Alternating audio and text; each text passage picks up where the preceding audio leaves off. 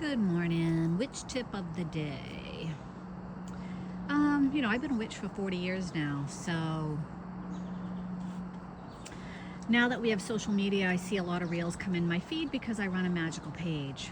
And one of the things I've been seeing a lot lately, even though I don't have TikTok, I'm assuming these are TikTok witches spread throughout social media. And one of the things they're doing is charging you for spells. My tip is don't pay people for spells. I'm not saying don't pay people for knowledge of how to do a spell, but don't put your power into someone else's hands for them to do a spell for you. Maybe if you are with somebody in person and they are doing that spell for you, with you, or even maybe via Zoom or FaceTime, something like that. But if you are paying someone and then handing over your power to them to entrust them after they've taken your money from you, to entrust them in doing magic for you, my witch tip is that's not advisable, because now you are lining up with whatever energy they are working with, whatever mood they're in, whatever they are involved in, and you have no idea if that's for your highest good. Also, a lot of these witches online charging for spells are doing things that they put names in jars, like hex jars, curse jars, and they put all of these names in there from all people paying them for spells, for hexes and curses. And what you're doing is aligning yourself with all those other people, and now all those names of who you're trying to hex or curse is in this jar with everybody else.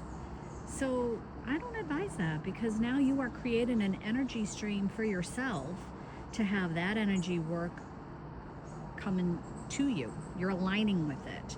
And why would you do that when you have no idea who these other people are, who they're hexing or cursing, and what you are creating in the long term due to that energy stream?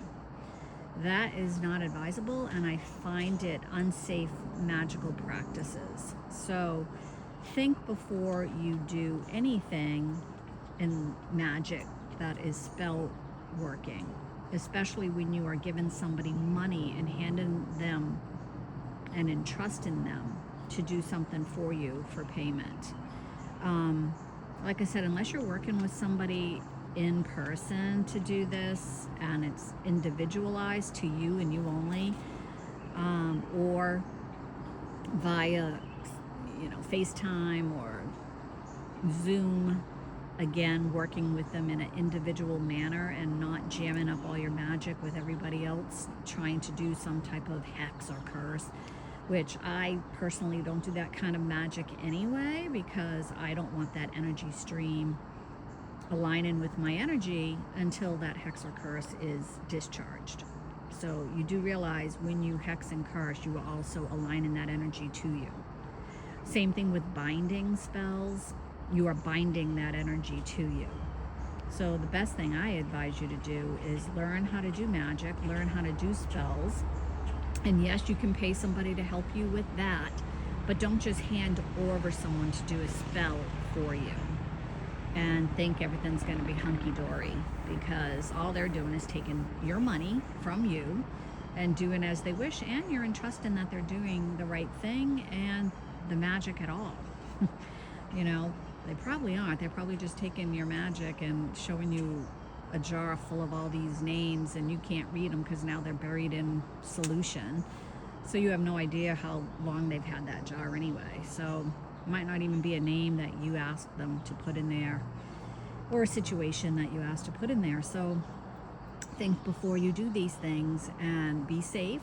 Be safe with your magic. Be safe with your energy, because everything cycles and turns around and can come back to you. And if you are aligning with this kind of energy, don't be surprised when things do not go your way and actually blow up in your face. So please be safe, please be careful. Take it from the crone here. Okay, I've learned along the way. But again, I don't do binding spells. I don't do curses. I don't do hexes. I do believe in justice magic. I do believe in cord cutting. Some people say, oh, don't break a cord, but you know what? Some relationships are meant to be dissolved and severed. And I said this in another post, you can always realign with somebody if you wanted to realign the relationship. But if your alignment is different, then it may not ever be. So think before you do cord cutting. Some people do cord narrowing, but then you're still connected to that person in a way. So again, be wise before you decide to do something like that. Don't do something in anger. Don't do something in the spur of the moment when it can be a final decision. Think before you do magic, and really ponder about serious magic for serious stuff, because magic is not a game and it shouldn't be played as one. And you know, social media, TikToks and all this stuff where people are just mainly getting paid for likes and posts and paid on the side for what you're contributing to them, are just making money. And I'm not against making money in any way, shape, or form. That's great. So don't take it the wrong way, but I want you to be safe when you decide to do these things. And my advice again is, do not pay someone for magic and hand them over the power of an outcome that you have no idea how it was done, where they did it, if they did it at all. Be safe.